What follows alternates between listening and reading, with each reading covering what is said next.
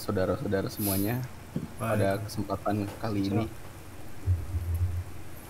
eh, kita akan membahas tentang di pembobolan Bank Sentral Asia pada tahun 2019, yang dimana kasus itu penting di Indonesia, yaitu yang kita akan melihat bagaimana digital forensik membantu mengungkap kasus ini dan langkah-langkah apa saja yang dilakukan dalam investigasinya. Selanjutnya, pada kasus yang akan kita bahas pada pertemuan kali ini merupakan pembobolan sistem Bank Sentral Asia atau BCA, yang dimana serangan ini terdeteksi pada awal tahun 2019. Ketika itu, tim keamanan menemukan anomali berupa transaksi ilegal yang mencurigakan, yang dimana pada penyelidikan awal mengindikasikan bahwa sekelompok peretas internasional bekerja sama dengan oknum internal yang memiliki dampak cukup besar, yang berupa data sensitif, nasabah bocor, dan kerugian finansial yang signifikan dialami oleh bank. Lalu bagaimana tanggapan dari digital forensik mengenai langkah-langkah investigasi terhadap kasus pembobolan sistem Bank BCA ini? Kepada Saudara Delvin, boleh dijawab?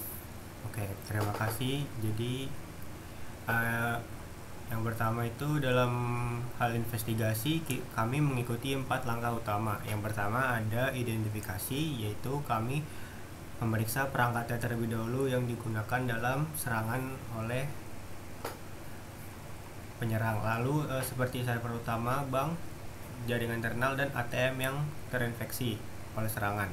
Yang kedua ada pengumpulan bukti. Kami mengamankan log dari server, memeriksa transaksi yang mencurigakan, serta menganalisis perangkat lunak yang mungkin disusupi oleh penyerang. Yang ketiga ada analisis, yang mana bukti-bukti dianalisis menggunakan alat seperti Ncase, FTK, dan Wireshark untuk memahami pola serangan dari penyerang. Yang terakhir ada langkah pelaporan. Hasil investigasi dirangkum untuk digunakan oleh tim penegak hukum untuk ditindaklanjuti. Selanjutnya, bagaimana digital forensik itu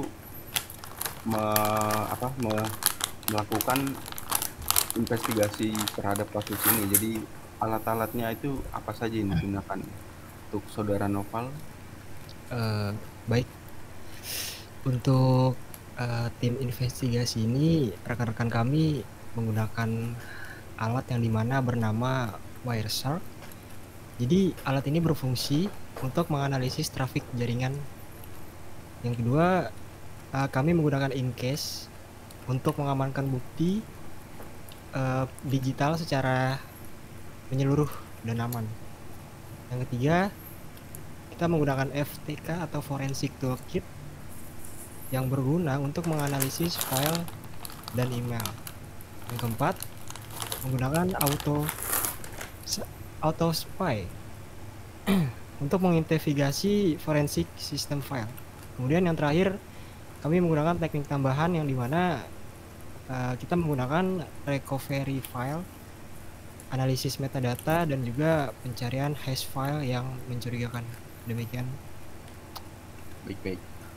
Saudara Delvin, jadi setelah melakukan langkah-langkah investigasi dan juga alat yang digunakan, lalu hasil analisis menunjukkan apa saja sih dalam kasus ini?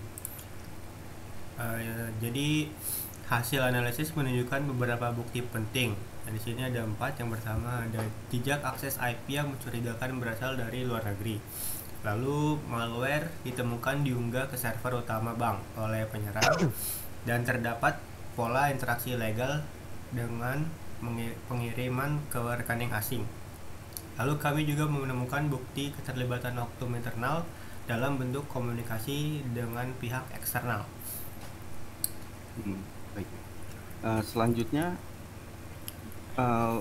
Saudara Noval, karena kasus ini lumayan besar terhadap Bank Sentral Asia, lalu bagaimana pencegahan yang bisa diambil oleh Bank Sentral Asia terhadap kasus ini?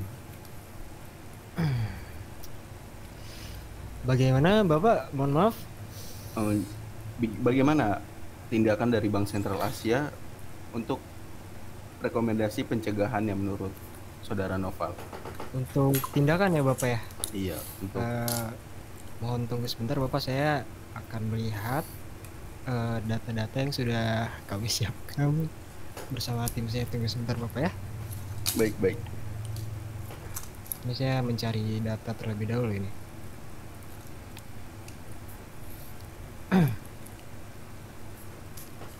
Aduh, mana ini? Sebentar Bapak.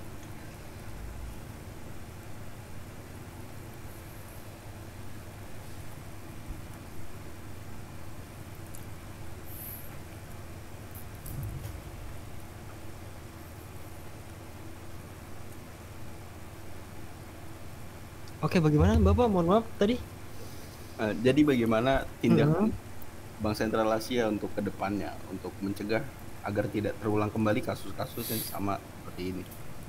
Oke, jadi untuk pencegahan ya Bapak ya, kita bisa menerapkan implementasi sistem deteksi intruksi. Kemudian kita dapat menginskripsi data nasabah, kemudian monitoring aktivitas pegawai.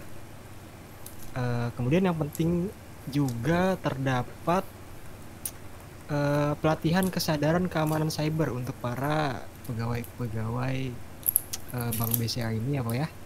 Iya. Kemudian yang terakhir mungkin bisa dilakukan backup data secara rutin Bapak, seperti itu.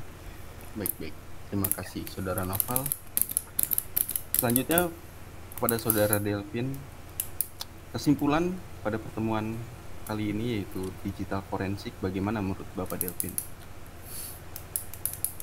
Jadi kesimpulannya untuk mencegah hal yang terjadi serupa di masa depan, kami dari pihak forensik merekomendasikan untuk mengimplementasikan sistem deteksi intrusi, lalu menginskripsi data nasabah, melakukan monitoring aktivitas pegawai internal, melakukan backup data secara rutin, dan yang paling akhir yaitu memberikan pelatihan tentang kesadaran keamanan cyber ke seluruh karyawan internal.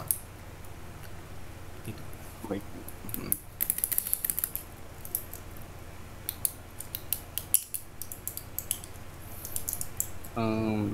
Terima kasih untuk Saudara Delvin dan juga Saudara Noval. Sekian saja pertemuan kita untuk membahas tentang kasus bobolnya Bank BCA pada tahun 2019, di mana digital forensik, mungkin saya akan memberikan sedikit kata-kata, yaitu digital forensik berperan penting dalam mencegah dan mengatasi kejahatan cyber. Melalui investigasi yang teliti, kita dapat mengungkapkan fakta dan memberikan solusi untuk melindungi data serta aset digital. Jadi untuk teman-teman yang melihat ini, mari bersama-sama meningkatkan kewaspadaan terhadap ancaman cyber. Sekian dari kami, kurang lebihnya mohon maaf. Wassalamualaikum warahmatullahi wabarakatuh. Waalaikumsalam. Waalaikumsalam warahmatullahi wabarakatuh. Terima kasih Bapak ya.